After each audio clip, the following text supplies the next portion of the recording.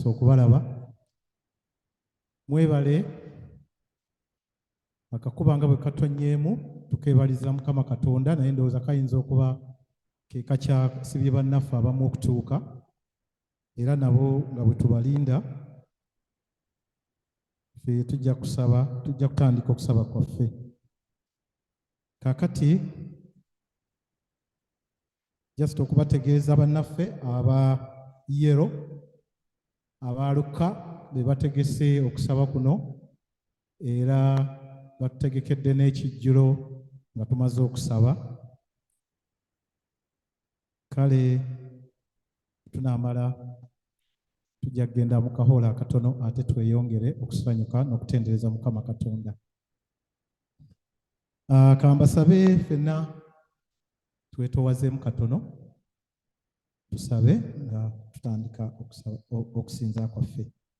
Ayi Mukama Katonda nannyini kusaasira omulungi ennyo, tukwebaza okututambuza n'okutuleeta wano. Katusabire ne bannaffe bonna abakyali mu makubo nga bajja obatambuze bulungi basobole okutwegattako. Ayi Mukama, ebirowoozo byaffe, okusaba kwaffe, okusinza kwaffe kwonna kwe tugenda okuba nga tukuweereza olwaleero, okusiime mu maaso go. Ebyo byonna tubisabye nga tuyita mu linnya lya Yesu Kristo Mukama waffe.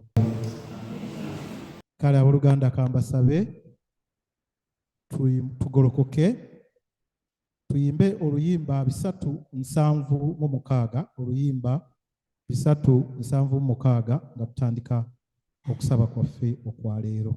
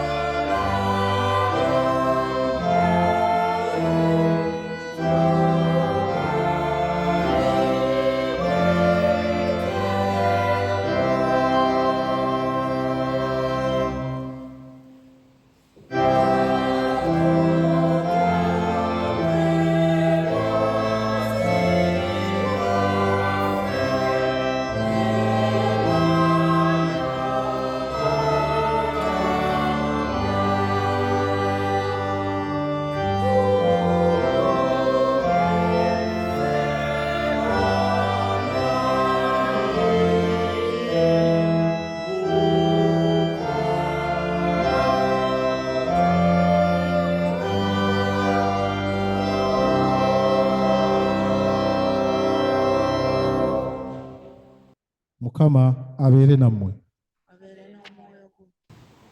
Ayi Katonda ayinza byonna wajjaffe gyonna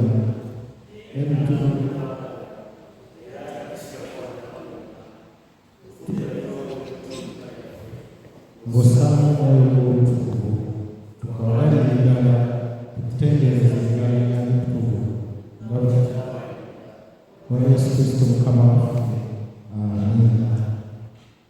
Mukama waffe Yesu Kristo yagamba nti wulira Isirayiri, Mukama Katonda waffe, Mukama y'omu, era yayagala Mukama Katonda wo n'omutima gwo gwonna n'obulamu bwonna n'amagezi go gonna n'amaanyi go gonna, nga by'etteeka ly'olubereberye n'eryokubiri. Yagala omwana wo w'omwagala wekka, tewali ddala ezisinga obukulu. Amateeka gonna wabi, amateeka gonna ngasinzira era ngeyamubi.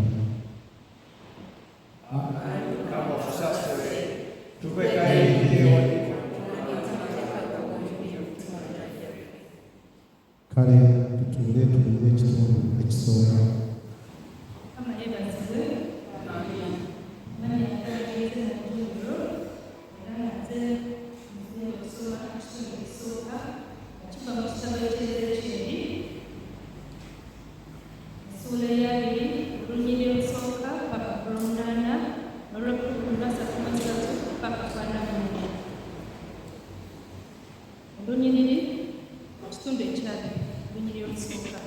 Awo lwatuuka mu mwaka gw'omusanvu mu mwezi ogwokutaano ku lunaku olw'ekkumi, abamu ku bakadde ba Isirayiri ne bajja okubuuza Mukama, ne batuula mu maaso gange. Awo ekigambo kya Mukama ne kinjijira nga kyogera nti, omwana w'omuntu, yogera n'abakadde ba Isirayiri obagambe nti, bw'ati bw'ayogera Mukama Katonda nti, muzze okunneebuuzaako nga bwe ndi omulamu, bw'ayogera Mukama Katonda. Temujja kunneebuuzaako. Onoobasalira omwana w'omuntu, onoobasalira omusango. Bategeeze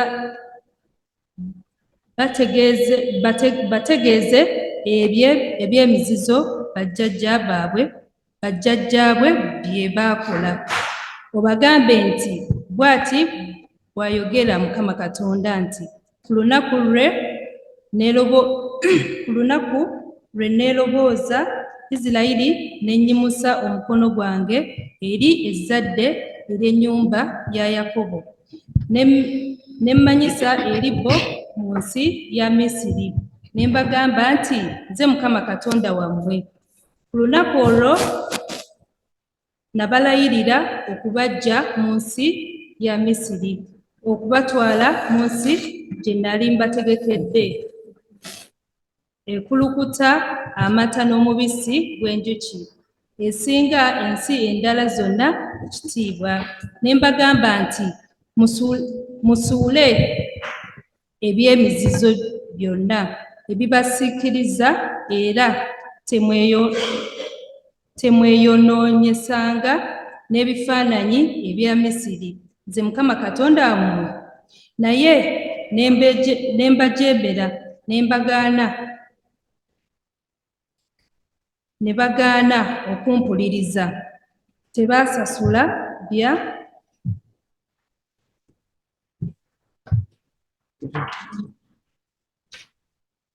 bya mizizo ebyali bibasikiriza. Tebaaleka bifaananyi by'Abamisiri. Kale ne nteekateeka okubamalirako ekiruyi n'obusungu bwange eyo wakati mu nsi y'e Misiri. Essuula eya 2 olunyiriri lwa 33 paka ku lwa 4. Nga bwe ndi omulamu, bw'ayogera Mukama Katonda, mazima ndiba kabaka wammwe, bafugenga n'obuyinza n'amaanyi amangi, mbamalireko ekiruyi kyange. Era ndibaggya mu mawanga ne mbakuŋŋaanya kubaggya mu nsi mwe mwasaasaanyizibwa n'omukono ogw'amaanyi, nga nzijjudde ekiruyi. Ndibaleeta mu ddungu ery'omu mawanga, era ndibasalira mu musango nga tutunuuliganye maaso ku maaso, nga bwe naawoza ne bajjajjammwe mu ddungu ery'ensi y'e Misiri, bwe ntyo bwe ndiwoza nammwe, bw'ayogera Mukama Katonda. Era ndibayisa wansi w'omuggo, era ndibayingiza mu busibe obw'endagaano, era ndibamaliramu ddala abajeemu n'abo abansobya, ndibaggya mu nsi mwe batuula, naye tebaliyingira mu nsi ya Isirayiri. Kale mulimanya nga nze Mukama, nammwe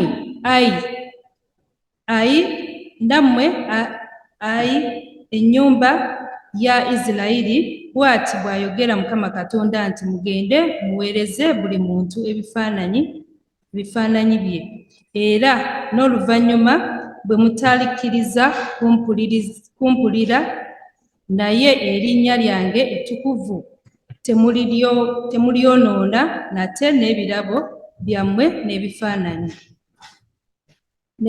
byammwe. Kubanga ku lusozi lwange olutukuvu, ku lusozi olw'entikko lwa Isirayiri. Ekitundu ekisooka.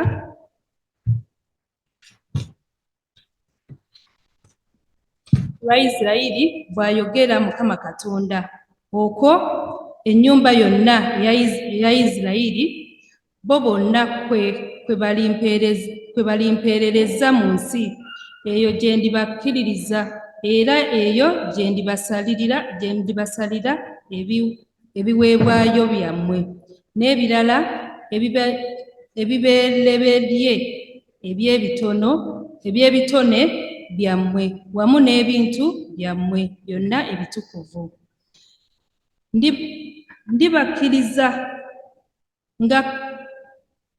Ndibakkiriza nga kaloosa bwe ndibaggya mu mawanga ne mbakuŋŋaanya okubaggya mu nsi mwe mwasaasaanyizibwa.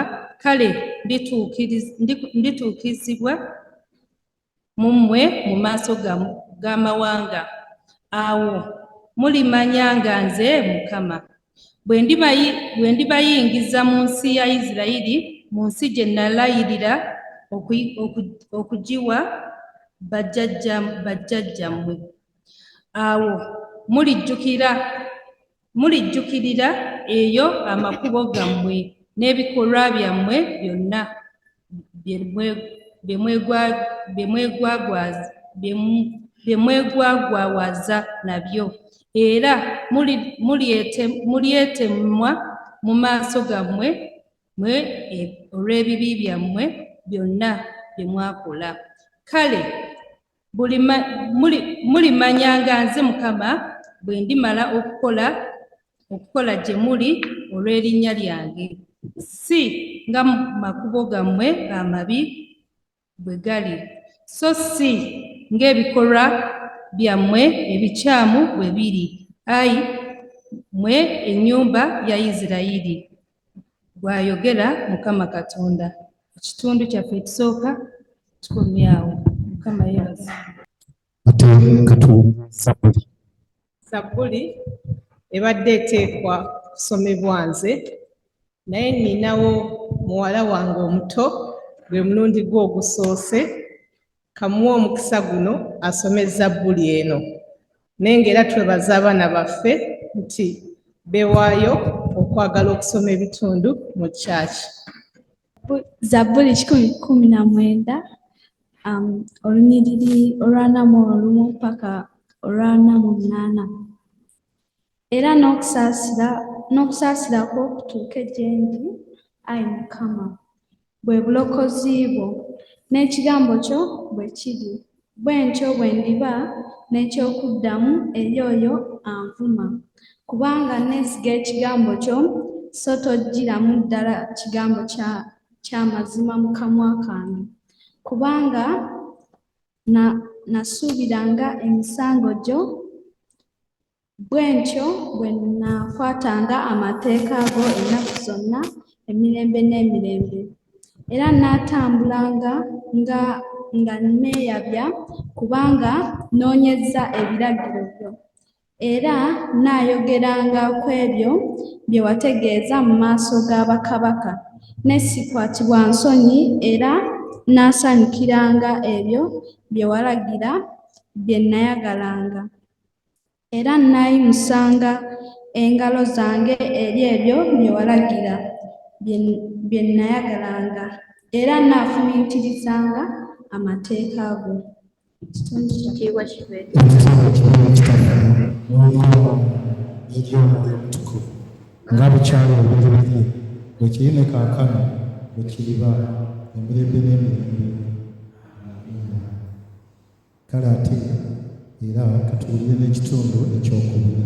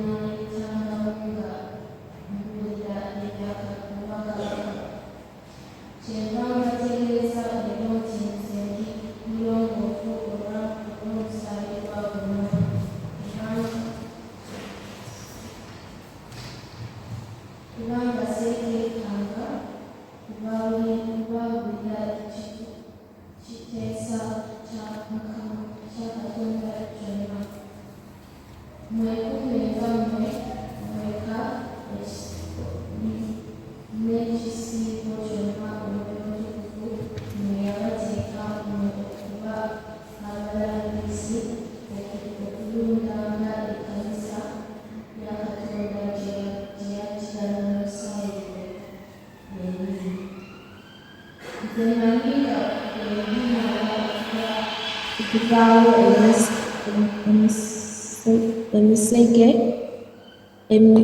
emikambwe giriyingira mu mmwe,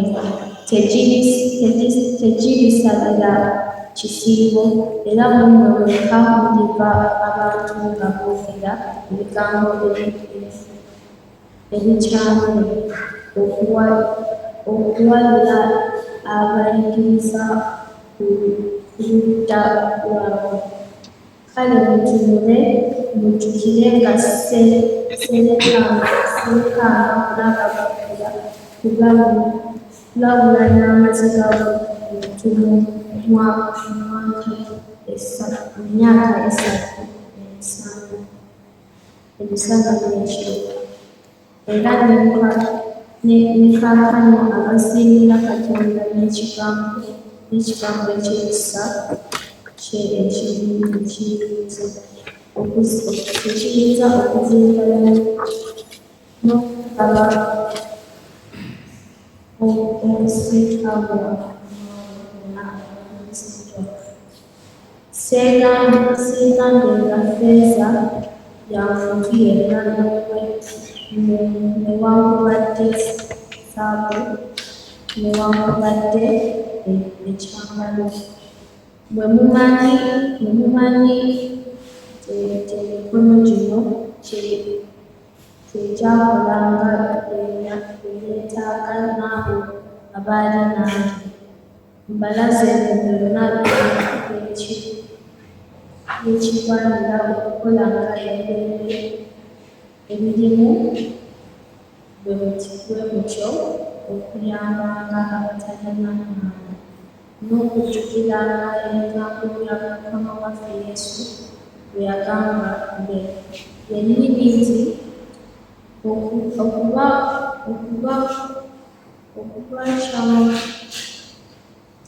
okugabana kwamu omukisa okusinga obutalo bwe yayogera bw'atyo n'afukamira n'asaba n'abo bonna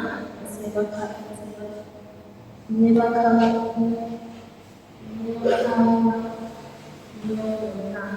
ne bamuwa ekifuba Pawulo ne bamunywegera nga bamwakula okusinga. Olw'ekigambo kye yayogera nti abagwa omukya yali kulaba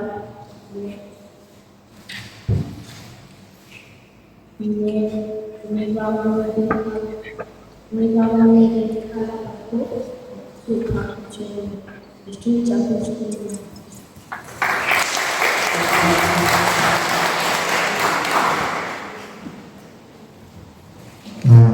Ndowooza mwulidde abantu basoma ebitundu bibiri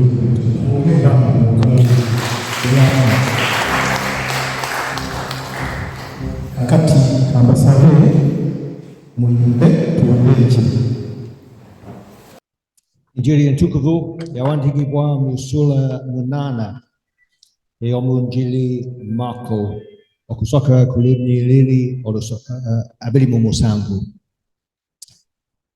Awo Yesu n'asitula n'agenda n'abayigirizwa be mu bubuga bw'e Kayisaliya ekya Filipo. Bwe baali batambula n'abuuza abayigirizwa be nti, abantu bampita ani? Ne bamugamba nti, Yokaana Omubatiza, n'abalala nti Eliya, naye abalala nti omu ku bannabbi. Ye n'ababuuza nti, naye mmwe mumpita ani? Petero n'addamu n'amugamba nti, gwe Kristo. Yesu abakuutira baleme okukibuulirako omuntu yenna. Awo Yesu n'atandika okubabuulira nti kimugwanira omwana w'omuntu okubonerezebwa ebingi, okuganibwa abakadde ne bakabona abakulu n'abawandiisi, n'okuttibwa, n'okuyitawo ennaku 3 okuzuukira. N'ayogera ekigambo ekyo mu lwatu. Petero n'amuuza wabali n'atandika okumuneewa. Yesu bwe yatuuka n'alaba abayigirizwa be, n'anenya Petero ng'abaga nti, dda amabega wange Setaani, kubanga tolowooza bya Katonda wabula eby'abantu. Naite ebibina n'abagizi be nagamba nti omuntu bw'ayagala okugoberera yefiirize yekka, yeetiike omusalaba gwe angoberere. Kubanga buli ayagala okulokola obulamu bwe alibubuuza, na buli alibuuza obulamu bwe ku lwange n'olw'enjiri alibulokola. Kubanga kimugasa ki omuntu okulya ensi zonna n'okufiira obulamu bwe? Kubanga omuntu yandiwaddeyo ki okununula obulamu bwe? Kubanga buli ankwatira ensonyi nze n'ebigambo byange mu mirembe gino egy'obwenzi era emibi, n'omwana omuntu alimukwatira ensonyi oyo walijira mu kitiibwa kya kitaawe ne bamalayika abatukuvu.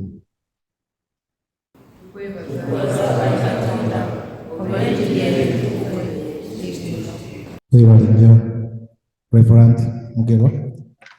Kati nga tugenda okuwulira ebigambo ebirungi kitaffe byatutegekedde, tuyimbe oluyimba 23 endagaano entukuvu.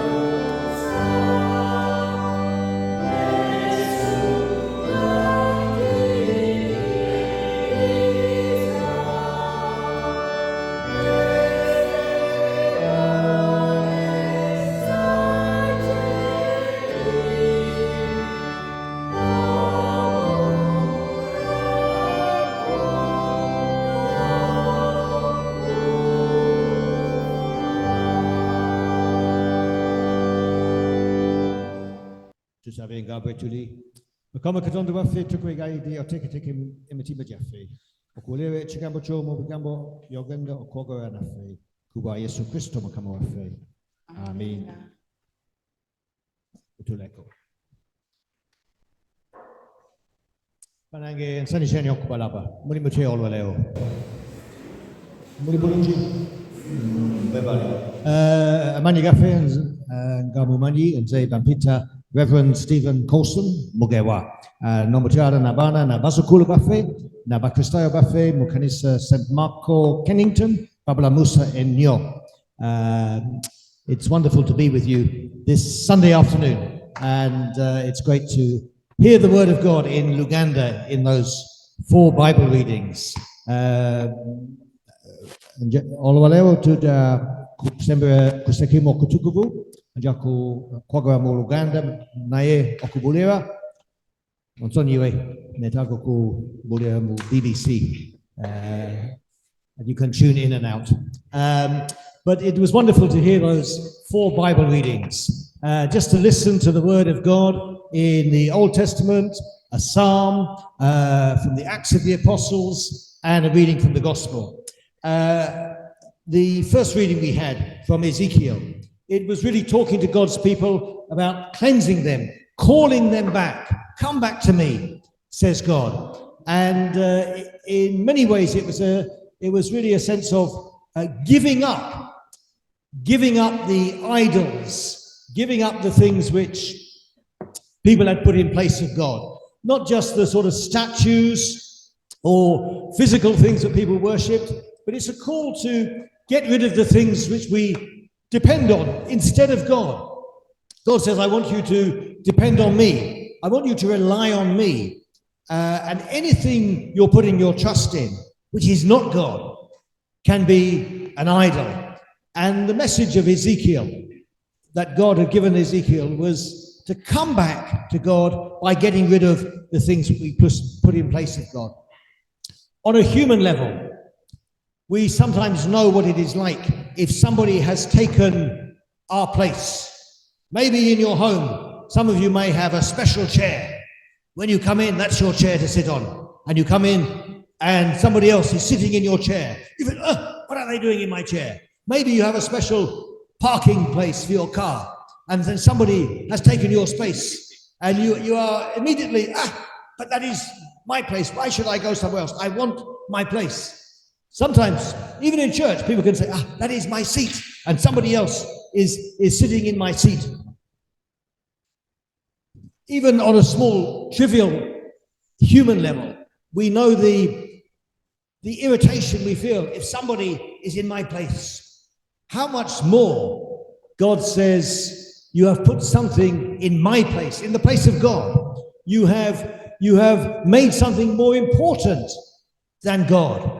You are relying on something rather than relying on God. And in some ways, that was the position of the people of Israel in the day of Ezekiel the prophet. And Ezekiel is saying, let go. Let go of those things which are in place of God and put God back in his rightful place.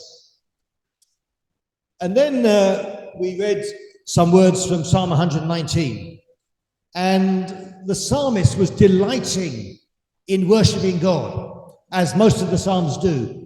Psalm 119 is the longest psalm in the whole of the collection of 150 psalms. And every verse, I think it's 175 verses altogether, every verse has something about the word of God, or the commands of God, the precepts of God, the ways of God, the laws of God.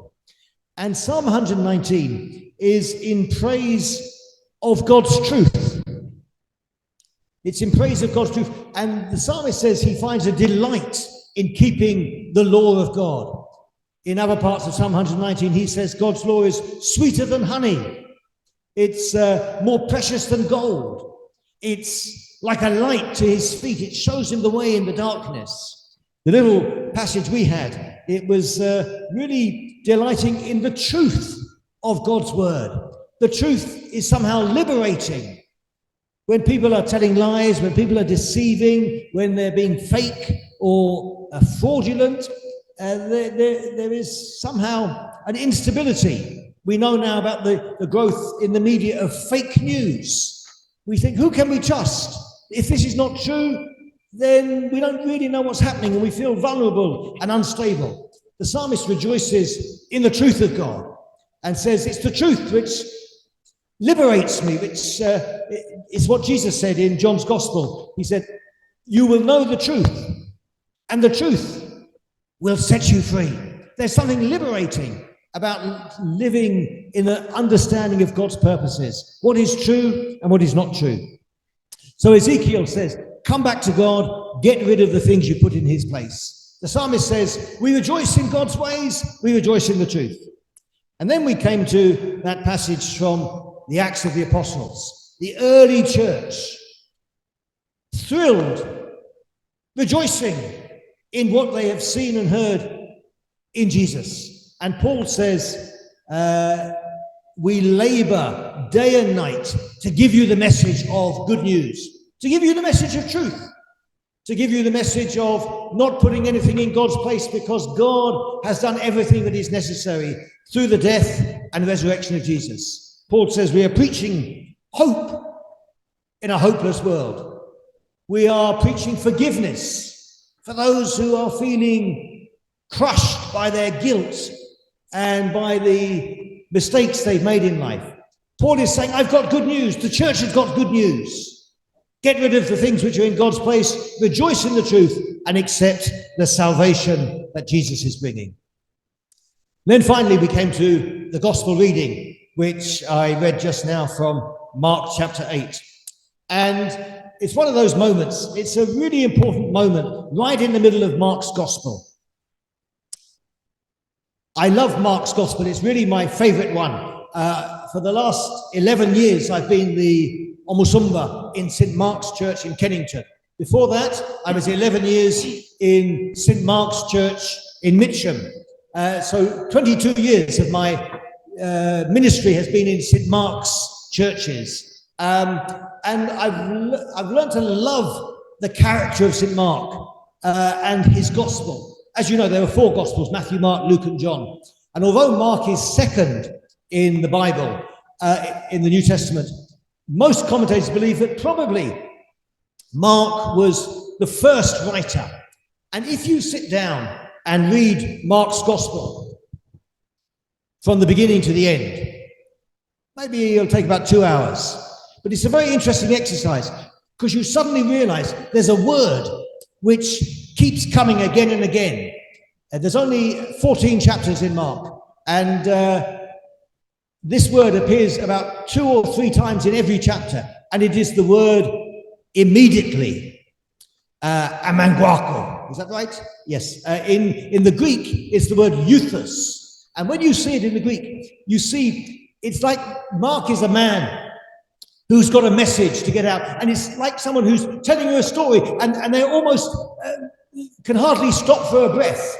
And so Mark's gospel goes like this. It says, Mark says, Jesus did this. Then immediately somebody comes to him and says, heal me. And then Jesus goes to heal the man. Then immediately somebody else says, come and see this person here. No sooner has he done that, but immediately there's a man with an evil spirit.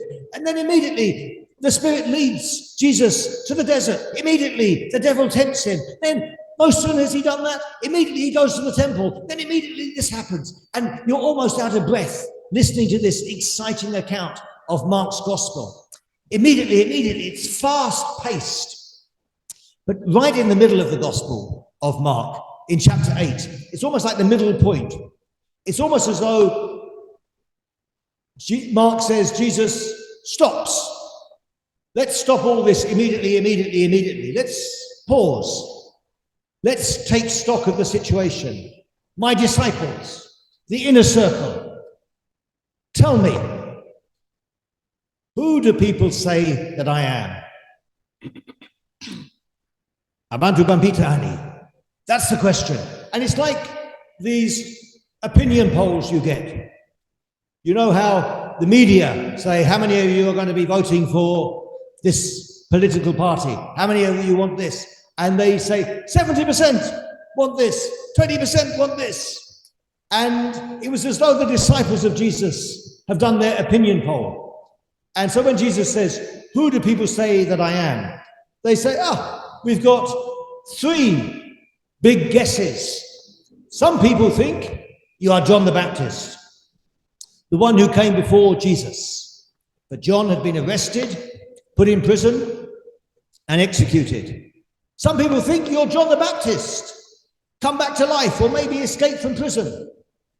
John was very famous. People knew about him. They went to hear him preach. They saw him baptized. That's why he was called the Baptist. Some people think that's who you are, because John caused a big stir, and Jesus, you're causing a big stir. Other people say, actually, you're not John the Baptist. You are Elijah, come back to life again. hundreds of years after Elijah had gone to heaven.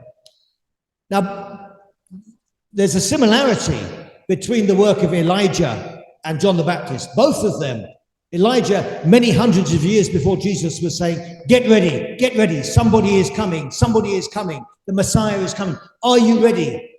Are you ready for the Savior? And that was Elijah's message. But then John the Baptist, that was also his message. Behold the Lamb of God, here he comes. Are you ready? Repent and receive the kingdom of God that this man is bringing in. So the disciples say, some people think you're John the Baptist getting ready for the coming of the Messiah. Some people think you're Elijah with the same message. And then the third answer was Omuku Banabi, one of the other prophets. Okay, they don't know whether you're Jeremiah or Isaiah or Micah or Ezekiel, but they think there's something special about you. Now the disciples might think we've given Jesus positive answers. The crowd are fairly positive about who you might be. Nobody is saying you're an imposter, a con man, a deceiver. Everybody is recognizing there's something holy, something spiritual, something significant about what you're doing, your healing and your preaching. But we know that none of those answers was the right answer. And it's as though Jesus then says, forget about the opinion poll, forget about the survey, about what people think. He looks at them and says, Nae mwe mumpitani. You, who do you think I am? Who do you call me? And you might expect there might have been a pause. Are we going to get the right answer? But it's Peter who is always the first to speak. He jumps in with both feet and he simply says, Gue Christo, you are the Christ. You are the Messiah. And Peter has got it right. The other answers, John the Baptist, Elijah, or one of the other prophets, were the forerunners. They were the ones who would come before the Christ, the Messiah, the one that God was sending. Peter has somehow recognized this is the one, not the forerunner, not the one who's going to be the warm-up act, not the introducer of the Messiah. He is. You are the Christ.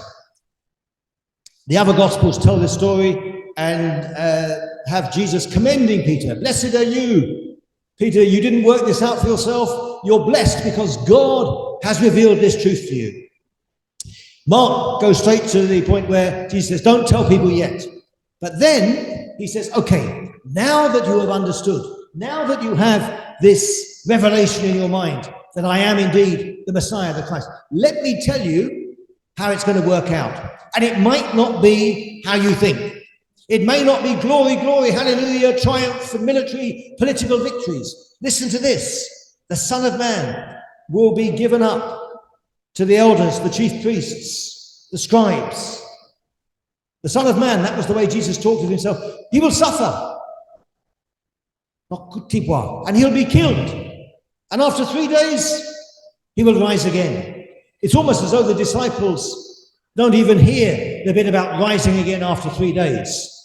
Because that's a good ending, that's a happy ending, but it's as though they haven't even heard that. They've heard the suffering, the being handed over, and the being killed. And Peter, having got it so right, Goy Christo, now gets it horribly wrong and begins to say to Jesus, no, let's not talk about suffering. Let's not talk about death and things like that. No. And having got it right and being commended, now listen to what Jesus says. Get behind me, Satan. God has revealed to Peter that Jesus is the Christ, the Messiah.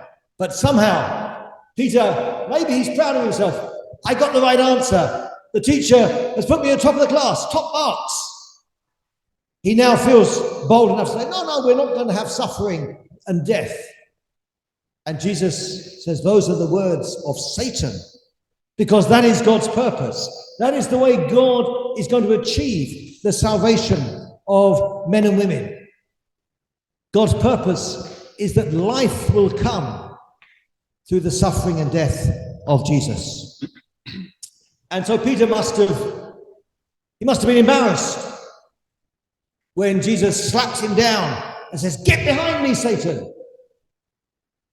You don't have the things of God, you have the things of men."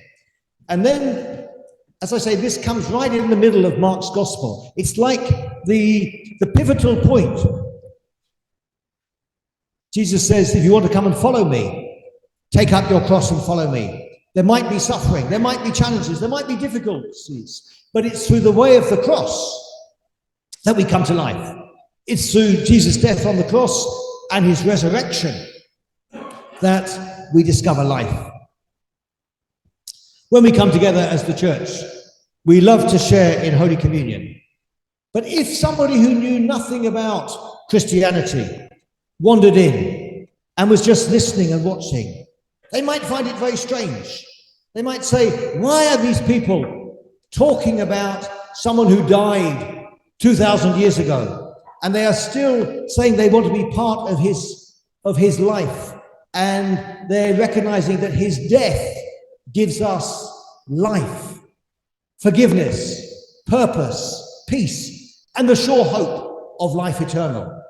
They might find it very strange. And in a way, Christianity is an unusual religion. It's an unusual faith because we're saying it's by the death of Jesus that we have life. Everything is turned on its head.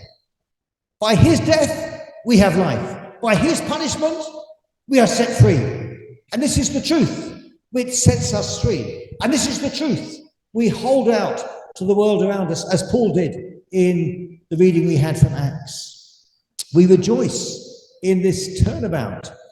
And it therefore should inform the way in which we think about the way we live our lives in connection, in relation to other people.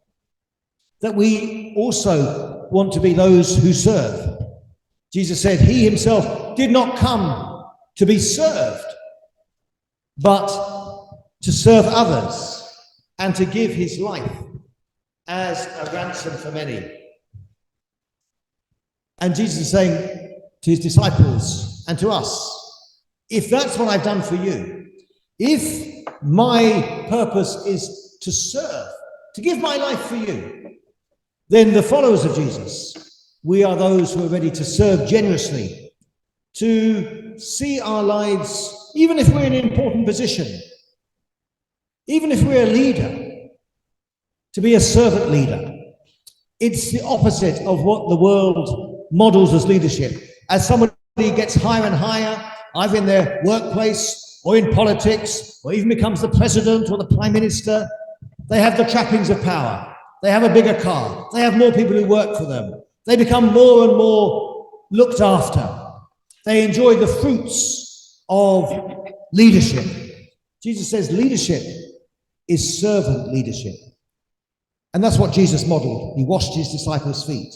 He said, I've come to serve you. I'm your leader. I'm the King of Kings. I'm the Christ, the Messiah, as Peter worked out. But I've come to serve you. And so as we share in Holy Communion again today, although we are familiar with the words, we're familiar with the thinking of communion, let me encourage each one of us again, just to imagine we're there in that conversation with Jesus.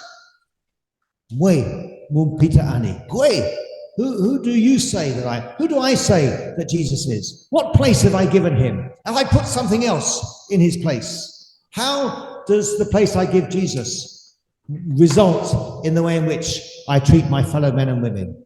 May God stir us afresh to see the love of God shown to us in Jesus and stir us to love our neighbour even as we have been loved, and to be ready to take up our cross, to be ready even to put up with the challenges and difficulties in God's strength.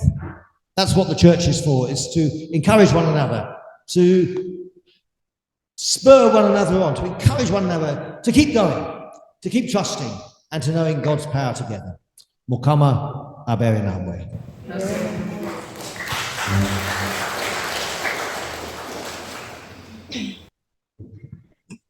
Ssebo weebale nnyo, weebalire ddala obubaka obwo.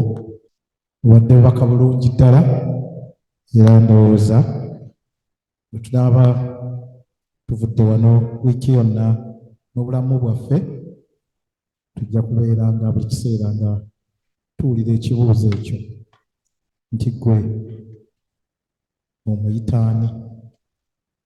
Kale kambasabe ffenna tugolokoke twatule enzikiriza yaffe nga tuddamu enzikiriza ya Nuutu. Nzikiriza Katonda omu ayinza byonna, omutonzi w'eggulu n'ensi era ow'ebintu byonna ebirabika n'ebitalabika, era ne Mukama omu Yesu Kristo, omwana eyazaalibwa omu yekka Katonda, eyazaalibwa kitaawe ensi zonna nga tezinnabaawo, Katonda ava mu Katonda, omusana oguva mu musana, Katonda ddala ava mu Katonda ddala, eyazaalibwa teyatondebwa, alina okugoberera kumu ne Kitaffe, ye Katonda atonda ebintu byonna, eyava mu ggulu n'akka ku lwaffe abantu olw'obulokozi bwaffe, n'atwalibwa omubiri ku bw'Omwoyo Omutukuvu, muwala atamanyi musajja Maliyamu, n'afuuka omuntu, n'akomererwa ku musaalaba ku mirembe gya Ponsiyo Piraato ku lwaffe, n'attibwa, n'aziikibwa, era atudde ku mukono ogwa ddyo gwa Katonda Kitaffe, era alivaayo okukomawo n'ekitiibwa okusala omusango gw'abalamu n'abafu, obwakabaka bwe tebuliggwaawo. Era nzikiriza Omwoyo Omutukuvu, Mukama era omugabi w'obulamu, olunaku olwokusatu n'azuukira mu bafu nga bwe kyawandiikibwa, n'agenda mu ggulu, ava mu Kitaffe ne mu Mwana, asinzibwa, atenderezebwa wamu ne Kitaffe n'Omwana, eyayogerera mu bannabbi. Nzikiriza ekkanisa emu ey'abantu bonna era ebuna wonna ey'abatume. Njatula okubatizibwa okumu okuggyawo ebibi, era nsuubira okuzuukira kw'abafu n'obulamu obw'emirembe egigenda okujja. Amiina. Kale katuyimbe oluyimba lwaffe olwokusatu, buli muntu yenna awulire. Oluyimba 2:10, buli muntu yenna awulire. Thank you.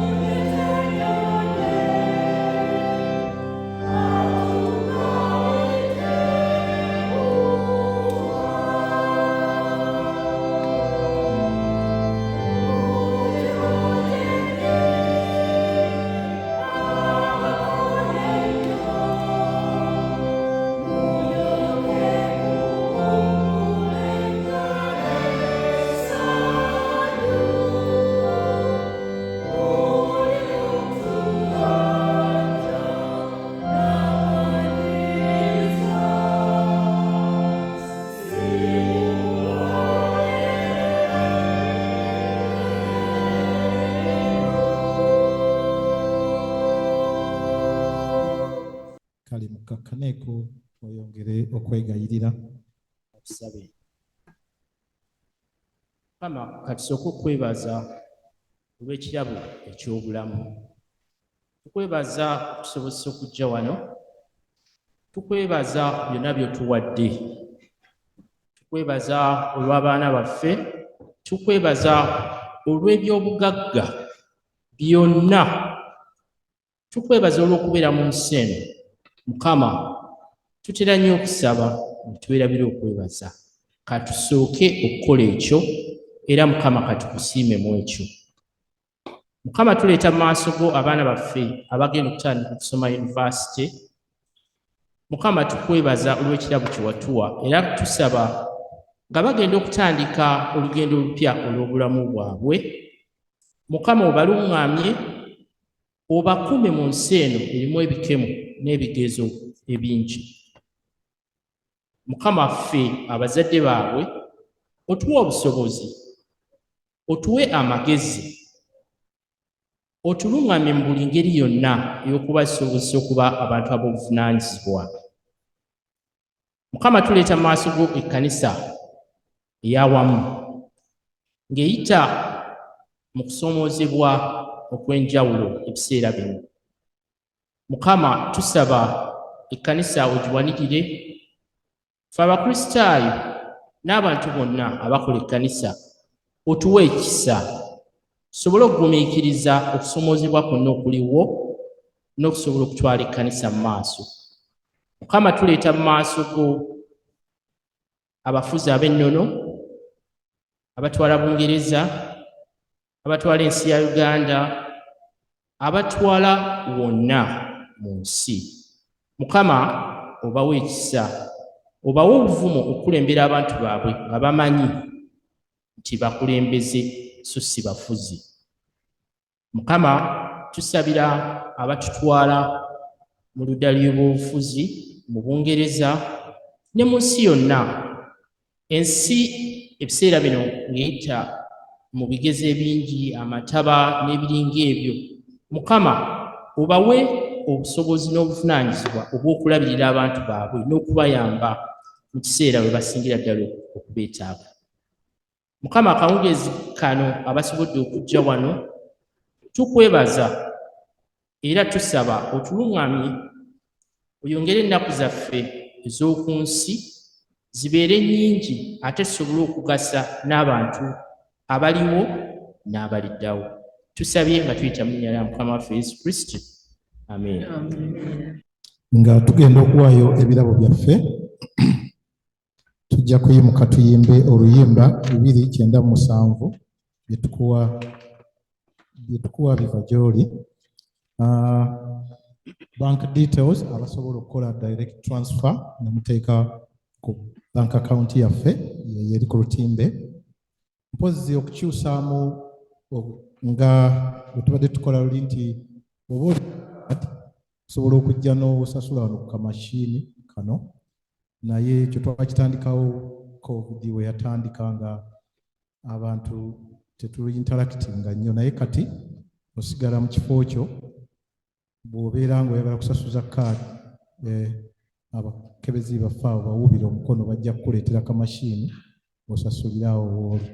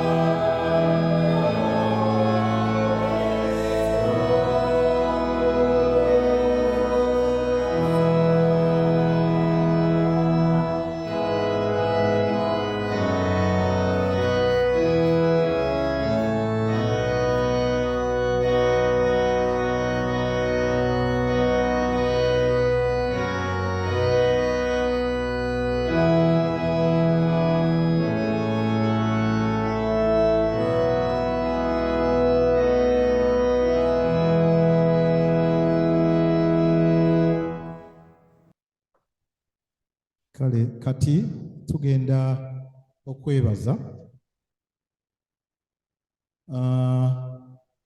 abo bonna abalina bye bayagala okwebaza Mukama Katonda ebiri special Mukama byabakoledde mu bbanga lino lyonna byabayisizaamu katubasabe mujje nga tuyimba oluyimba luno 372 Katonda tumwebaze.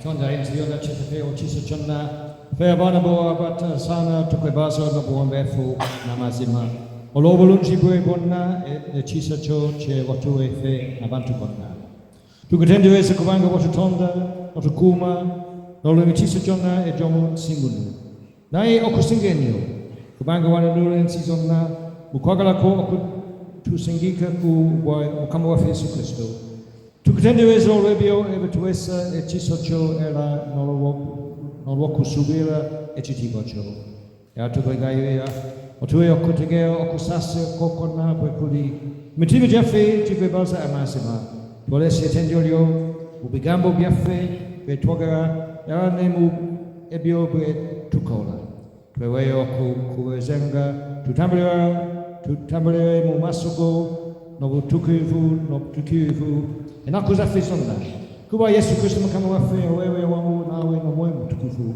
ekitiibwa kyonna n'ettendo lyonna emirembe egitakoma. Amiina.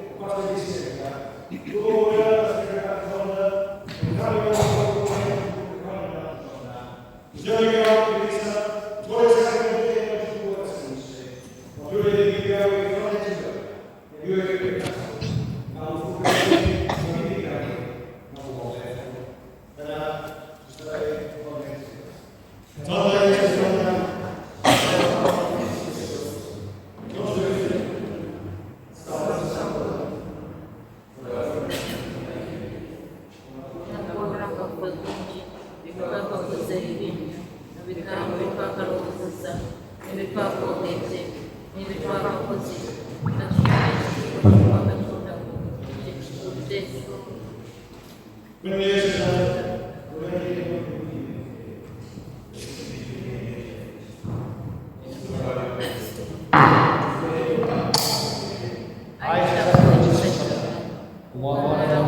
Yesu Kristo. Sono io donna bene con cose. Prima ci si tu zenga, tu kusani zenga mon pisa empia, che con nella cosonna. E vini il misi buoi, e tendisi buoi kuba Yesu Kristo mo kamo. Amen. Che tonna in zibiona ci tafe un gulu, e a subiso lo ci si cingi o personi bonna aba jali anga bene di esidala, e anga bakki di semasi. Aba sassi venwoi. Aba soni we bolokale mo bibi yammo yonna. Ben wesi abave amani mo brunci donna, brusimo bolamo betakwao, kuba Yesu Kristo kamo. Muwe bigambe besani omra kosi wafe Kristo bila gamba bonna aba muchukila amasiba. Muji jendi mo mona bakoye, eba situ edwa nange nabo bumusa. Kitonda yakala ensi watcho nakuwayo nawayo mona we. Ya zali bomu yakka. Buli muntu yenna amukrisa aleme okubula nae abere nobulamo butakwa. Uri nati Paulo mtukubu goya garanti. Jigambo chesigwa ya chisaneo kuchilizibwa konda. Nchi Kristo Yesu yaja munsi okolokola abelina ebibi. Uri nati yokana mtukubu goya garanti. Omuntu yena bakole chili. Tulino mweleweza eli titafi. Yesu Kristo mtukubu. Nui goe mutango olwe bibi yafi. Mukama abere namwe. Mui muslim tima jamwe. Tuyanze makama katanga. Kilunji tisana nyoche kwalite dalla. Tuyanze ebeo bionda ne mugifu. Ai makama chitafem tugugu. Katanda yinze bionda atakwa. Nafe awamu na bamalaika bakulu. Awama na bajaja na banabi. Abdume na bajuliwa nashibina chomogulu echichuku chonda. Chatuwa tusuta. Tuglumize vinyole chichibwa. Anga tukatendereza obatamara. Anga tugamanti. Om tukubu. Okama katonda wechi. Eguli nenchi vijudi chichibwa cho. Owebe chichibwa aimakama. Joli ai katonda intigaga. Titafe wamukulu. Kubanga goe muchisa cho echitayo jereke kawa wayo wanawe. Omuyaka Yesu Kristo. Okutwala obuzane wanubafe. Nokufeo como salaba. Olokununuba. Kwe wemo sake emu enambe entufu. Etabalako. Emadera dala. Okutangele bibi biensi zonna. Nokubijabu. Nate kao echitukiza okufakwe. Okwoko mwende omunji echitaligwawo. Okutusu ai titafi ochisa. Tukegai vidi no buombefu otuwele. Otuwe febwe tunatole bitondo biobino omugati nendini. Omwana woman kozi wafi Yesu Kristo ngabo yalagera. Ngatu jukia okufakwe. Kwe babuta. Tukebewe omobili kwe ogulina omuchisa nomunji nomusaigwe. Echio che bamule omolo kwe yadeo omugati. Kwe yamalo kwe baza nagameni menya. Nagabewa abagizwa be. Nagambanti mutole nde. Guna kwe mobili kwange okuduwayo. Luamu. Mukalengwe mucho okudikiranze. Ewa abe wala okudia nadewa bacho echikompe. Kwe yamala akwebaza nabagebea. Nagambanti muniwe wenu kweno.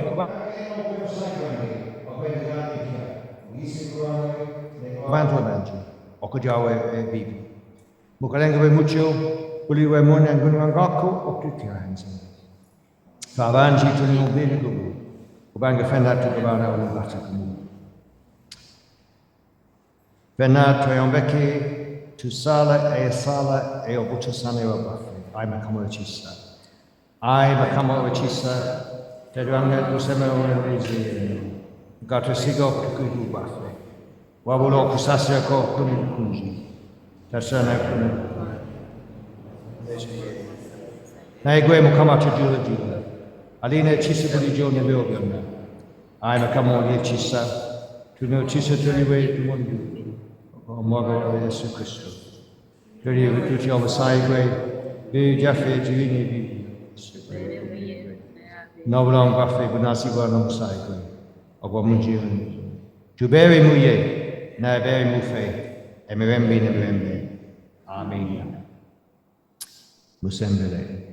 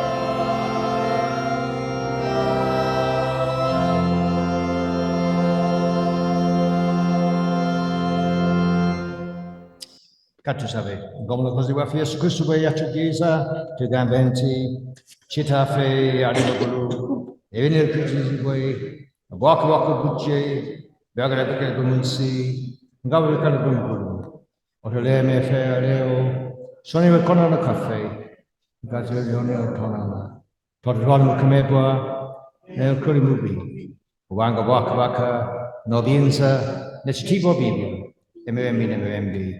Amen. Webaze Mukama gw'emmeeme yange n'ebyonna ebiri munda yange mwebaze emirembe. Webaze Mukama gw'emmeeme yange so towadde ekirungi bye byonna.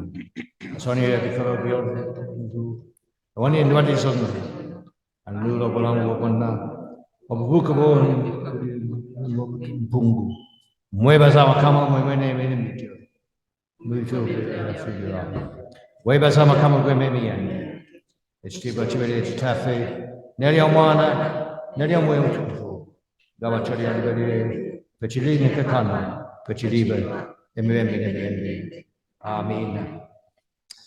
Katonda ayinza byonna atafa tukwebaliza ddala mu mazima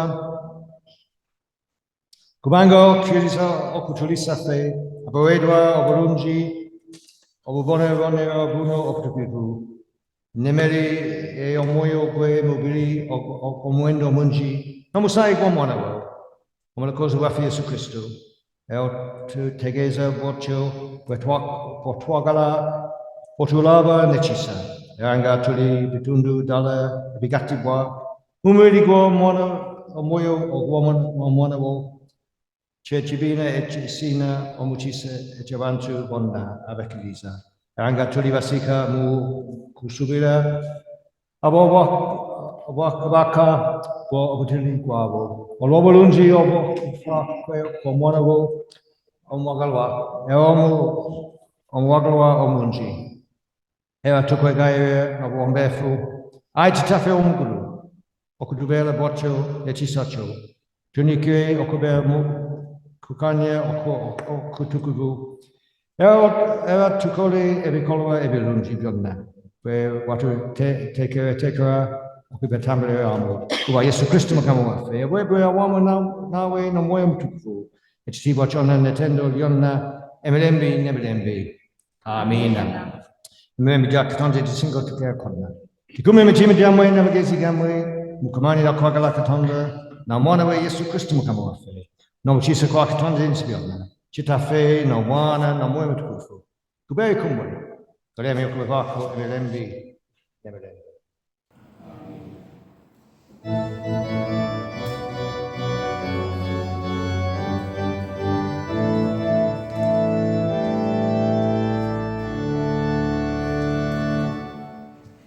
Kale katuulyeyo obugambo obutonotono okuva eri omukubiriza w'Abakristaayo. Mwebale nnyo ssebo. Abakristaayo mwenna tusanyuse nnyo okubalaba okujja olunaku luno olwaleero okutwegattako mu kusaba kuno. Abakubiddwa enkuba nga mulabye naye kandowooze kati mufunye ebbugumu. Abamu tebasobodde kujja baweereza obubaka abazizzaayo abatutte abaana baabwe mu yunivasite. Tubasanyukiddeko nnyo abo abaafuna abaana ne bayita obulungi ate ne bagenda ne beeyongerayo mu yunivasite ne mu masomero amalala. Tusaasira nnyo abo abafiiriddwa. Tulina omukristaayo waffe mukyala Lydia Musoke yafiiriddwa mwannyina e Uganda era bamuziise olwaleero. Abatasobodde kugenda kumulabako oba kumukubirayo ku kasimu mukubireyooko mumugunye. Twebaza nnyo ssebo Canon Reverend Stephen Coulson Mugerwa. Weebale nnyo, weebalire ddala okutobwa obuyambi okujjanga wano n'otubuulira obulungi bw'otyo. Tusiima nnyo, tusiimira ddala era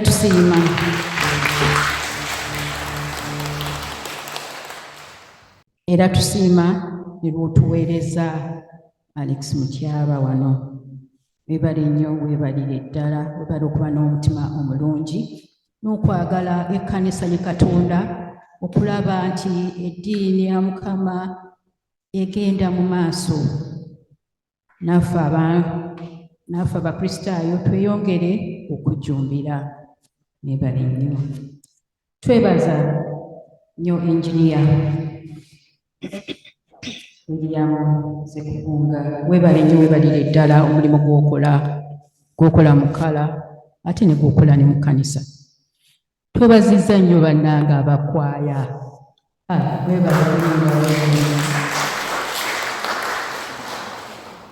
Abalina amaloboozi bannange mubeegatte, amaloboozi amalungi. Ne bwe muba tulina amaloboozi malungi mujja kuyiga. Organist waffe Mwami Kyerune, nawe tukwebaza, weebale nnyo, weebale nnyo. Neebaza nnyo abaana abasomye ebitundu. Weebale nnyo, mwebalire ddala. Maama weebale nnyo okwenkalijinga abaana. Ng'era bwe batubuulidde, Yesu yayenkalijinga abantu, naffe tulina okwenkalijinga abalala n'abaana baffe, era mweyongere okubaleetanga wano mu kkanisa. Twebaza Mwami Kafeero awamu n'omulongo babiri bali mu Sunday School, beebale nnyo. Omukungu Kalanzi, weebale nnyo okubeeranga ku byuma, weebalire ddala. Okoze emyaka mingi n'otokoowa, weebale, Mukama akwongere emikisa. Abakungu mwenna abali wano tubaanirizza. Omukungu Ssemugera yeebaza nnyo abaagenda ku mizannyo August nga 27, mwebale nnyo, ajja kubyongerako muko. Omukungu Nabudde naye alina kyayagala okubabuulira ku kwaya egenda okubeerawo nga 7 October, naye olw'obudde naye ajja kubyogerera muho. Twebaza nnyo bannange abaaluka, mwebale nnyo, mwebalire ddala okuweereza. Temujjanga okwo. Okuva wano batutegekeddeyo ekyokulya muho, temugenda nga temulidde. Mwebale nnyo, mwebalire ddala. Kaakati bino birango bibiri nzigalewo. Tulina omukristaayo waffe mu Luzungu, Betty Bisco, yatuvaako, ajja kusabibwa era ajja kuziikibwa nga 25 omwezi guno ku ssaawa 5:30 Croydon Crematorium West. Kale banaasobola mugende. Bannange mweyongere okujjanga ku makya mutwegatteko okusoma Oluzungu. Akati nga 24 Sande ddako, Ssebo Mwami Mutumba, mwe mugenda okuweereza Yokaana yegenda okuweereza, mutandike okwetegeka. Mwebale nnyo bannange, mwebalire ddala okumpuliriza. Kati kino kyekisembayo. Ngenda okuyita omukungu Kalanzi ajje wano atuweeyo. Okay, sorry, nga sinaakumuyita kubanga yagenda okusembayo. Aba birthday Ssebo Mutumba badde neerabidde nanti celebrating the Konyo birthday. Kale aba birthdays bannange abaazaalibwa mu September, please mujje wano mangu, njagala tumale mangu mu time.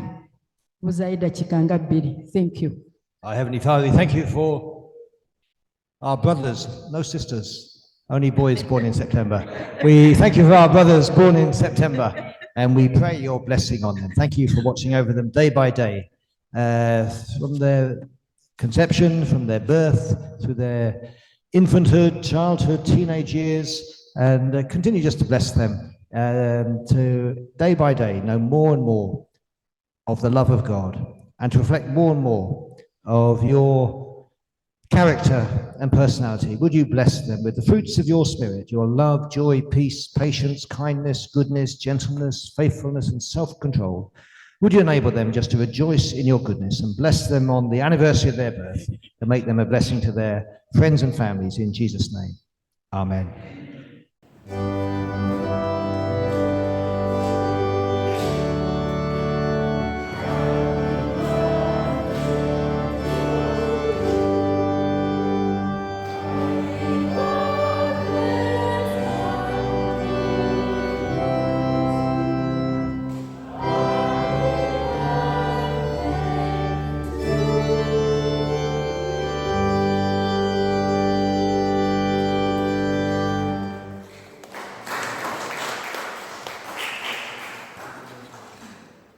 Halo mwenna abavudde mu makanisa amalala sibeerabidde, mwebale nnyo, mwebalire ddala batadde wamu, saagadde kwogera buli kanisa, njagala tumali mu biseera. Mwebale nnyo. Kakati akazindaalo ngenda kawa omukungu George William Kalanzi. Neyanziza nnyo omukungu Gladys Kavuma ate nga mukubiriza w'ekkanisa y'Oluganda wane Thornton Heath. Tumiddwa okubasomera obubaka buno okubategeeza nti bakristaayo bannaffe ate nga mpagi nnyo obuweereza bw'ekkanisa eno, omwami n'omukyala Mukiibi balina embeera gye bayitamu nga beetaaga okuwummula obuweereza okumala ekiseera ekitali kigere. Tusaba mubateeke mu ssaala zammwe mu kiseera kino. Mwebale nnyo, mwebalire ddala. Kale nga tufundikira okusaba kwaffe, kambasabe tugolokoke ffenna tuyimuke tuyimbe oluyimba 277 atukulembere musumba waffe.